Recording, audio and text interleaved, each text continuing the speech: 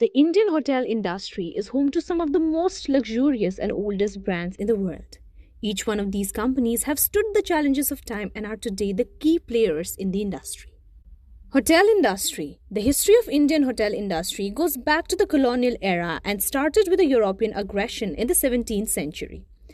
We have presented the story of the hotel industry since its early days in our previous video. You can find the link of the video in the description box below. Over the years, the industry has flourished in India given the wide scope of tourism in the country. The country boasts a plethora of different experiences for the traveler. From architectural wonders, culture, wildlife, music, entertainment to food, the list just goes on. The unique experiences that India can offer a zealous traveler makes it a great destination for hoteliers. But before we continue further, please like this video and subscribe to this channel for more videos like this. The pandemic, which was an unforeseen crisis in the world and which became one of the most challenging times in the history of mankind, forced hoteliers to adopt changes and innovate to stay afloat. This included a slew of changes like optimization of operations, streamlining of service delivery, clustering of roles and multi-skilling the line staff, and integration of technology and digital services on the cost side and to diversify revenue streams. Although the mainstream still remains the same and will continue to do so, these changes have given a strong push to rapid recovery, creating long-term benefits for the industry. India's hotel industry has witnessed a robust turnover in demand after the pandemic, led by the rising discretionary spending on tours and travels, revenge tourism, improving economic environment, fueling corporate travels, and revival of mega wedding season and other cultural events. Furthermore, with demand outpacing supply, the latter is unlikely to catch over the next 2 to 3 years. Both average room rates and occupancies are expected to remain strong, leading to higher revenue per available room for the industry. The demand for hotels from domestic travelers was quite low until fairly recently, even until the turn of the millennium. One of the reasons for this was that people preferred to stay with family and friends, and hotels were primarily considered for foreign tourists and domestic corporations.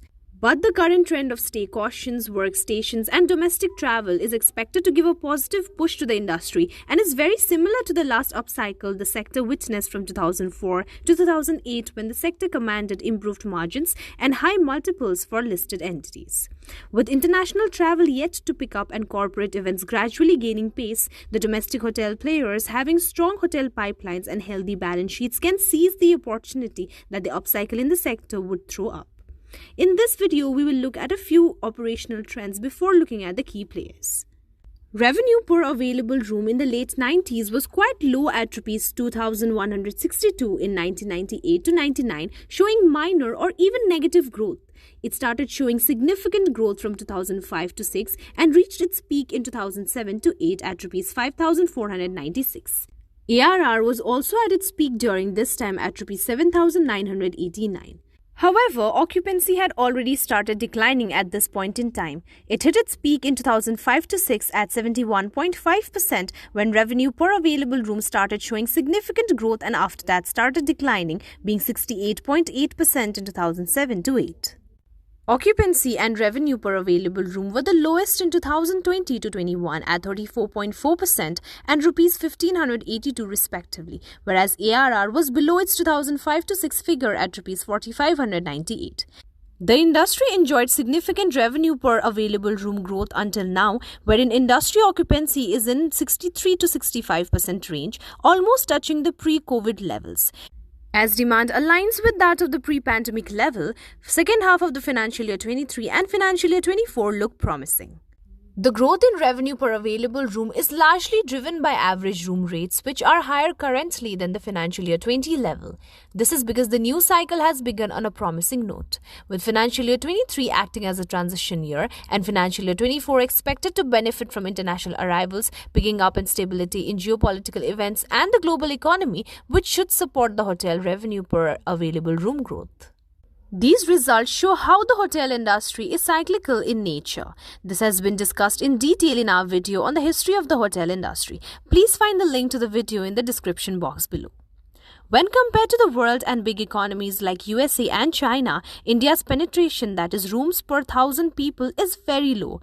Considering that the population of India is only second to China, this shows that there is still much more to be desired when it comes to the Indian hotel industry.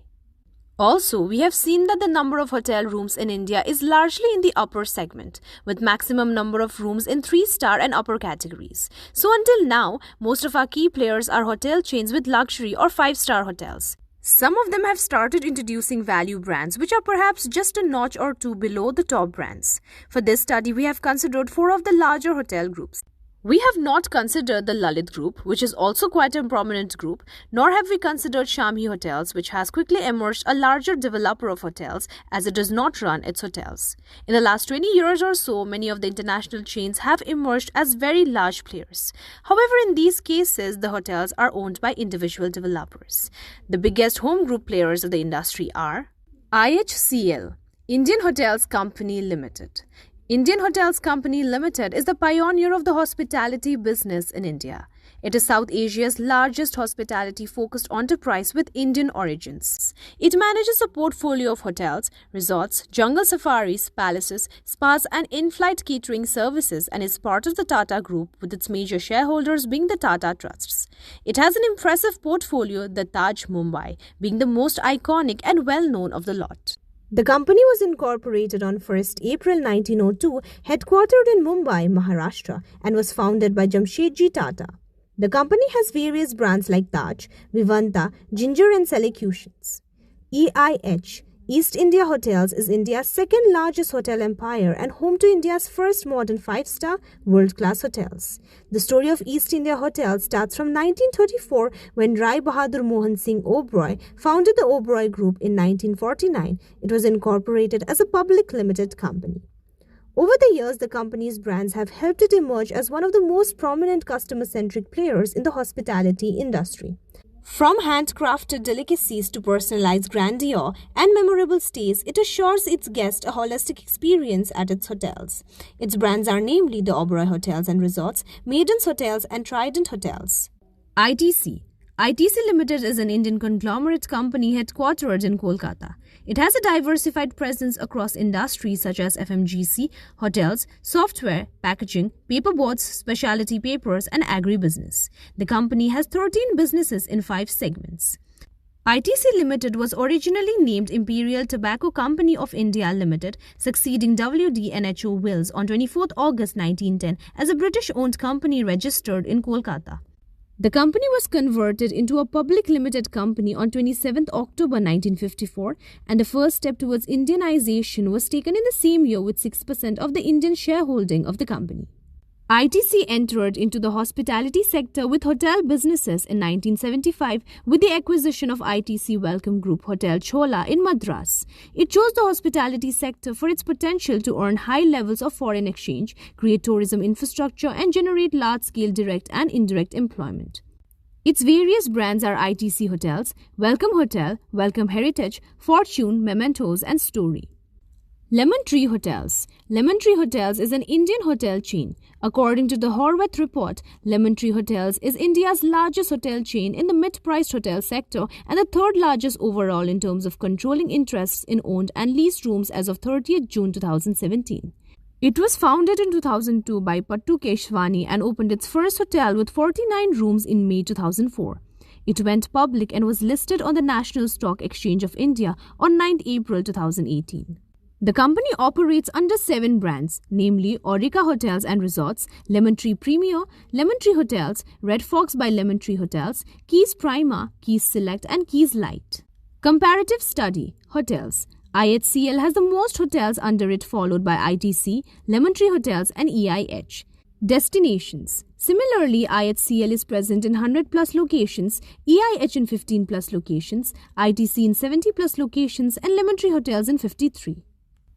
Revenue growth. The annual revenue of the 4 companies clearly indicates that IHCL has the highest revenue of the 4. Based on the CAGR over the last 10 years of the 4, ITC's hotel segment is the fastest growing at 1.81%, followed by IHCL at 1.12%, whereas Lemon Tree Hotels and EIH both are currently facing negative CAGR over the last 10 years. Additionally, ITC, EIH and Lemon Tree Hotels seem to be doing well as they have picked themselves up from the COVID slowdown, showing that they are well on their path to the pre-pandemic levels. Operating profit. The annual operating profit of IHCL as of financial year 22 stood at INR 388.3 crores, EIH at INR 20 crores, ITC at a loss of INR 183.09 crores, and Lemon Tree Hotels at INR 40 crores. Surprisingly, in financial year 21, when everyone was facing the adverse effects of pandemic, Lemon Tree Hotels was able to generate INR 15.7 crores operating profit. Whereas EIH, ITC and IHCL saw the operating loss of INR 274.6 crores, INR 534.91 crores and INR 96.9 crores respectively. EBITDA. IHCL's EBITDA for financial year 22 was INR 537.4 crores, EIH INR 29.9 crores, ITC INR 21,523.6 crores and Lemon Tree Hotels INR 43 crores. However, EIH had EBITDA of INR 233.7 crores in financial year 21, the only one of its peers to have a negative EBITDA. Similarly, for EBITDA margin, which is in the 50 range in the hotel industry, IHCL recorded it at 24.96%, EIH at 3.28%, ITC at 36.52% and Lemon Tree Hotels at 32.51%. Whereas EIH recorded a minus 49.34% in financial year 21. PBT. Financial year 21 was the hardest year in terms of PBT for IHCL, EIH and Lemon Tree Hotels, with EIH's profit being tax reaching negative 102.39%. Though still not up to the pre-pandemic levels, the performance of all three has still improved considerably. ROA, return on assets, refers to the financial ratio that indicates how profitable a company is in relation to its total assets. ROA can be used to determine how efficiently a company uses its assets to generate a profit. A higher ROA means a company is more efficient and productive at managing its balance sheet to generate profits, while a lower ROA indicates that there is a room for improvement. In financial year 21 and 22, except ITC, the other three all had negative ROA, showcasing that they are still healing from the impact of COVID. Debt to equity. The debt to equity ratio measures a company's total debt relative to the amount originally invested by the owners and the earnings that they have retained over time. A very low debt to equity ratio can be a sign that the company is very mature and has accumulated a lot of money over the years, but can also be a sign of resource allocation that is not optimal. Companies within the hospitality industry have a lot of long-term liabilities in the form of debt, along with current liabilities. This debt is used to finance large properties such as hotels. A lot of long-term assets are needed to successfully run a hospitality company, and therefore long-term debt financing is also normally needed. Therefore, for companies within the hospitality industry, it is important to have low debt ratios, meaning long-term assets greatly outweigh the debt used to purchase them. In conclusion, based on all this information, we can tell that out of the four, ITC is doing the best, which can be attributed to its presence in over 5 industries, including the hotel industry and the use of an asset-light strategy. Also, the parent company generates huge cash flows, and the company does not need to borrow to develop hotels. Despite being younger than its counterparts, Lemon Tree Hotels has proved that it is worthy of being called one of the key players in the industry. IHCL and EIH, being in the industry for so long, have faced their share of difficulties. However, they also stand proud and tall amongst their peers. This is it for today's video. If you liked it, please like and share the video. If you have any questions, please feel free to drop it down in the comment section. And for more such videos, please subscribe to IBI India Business Insights. Thank you for watching.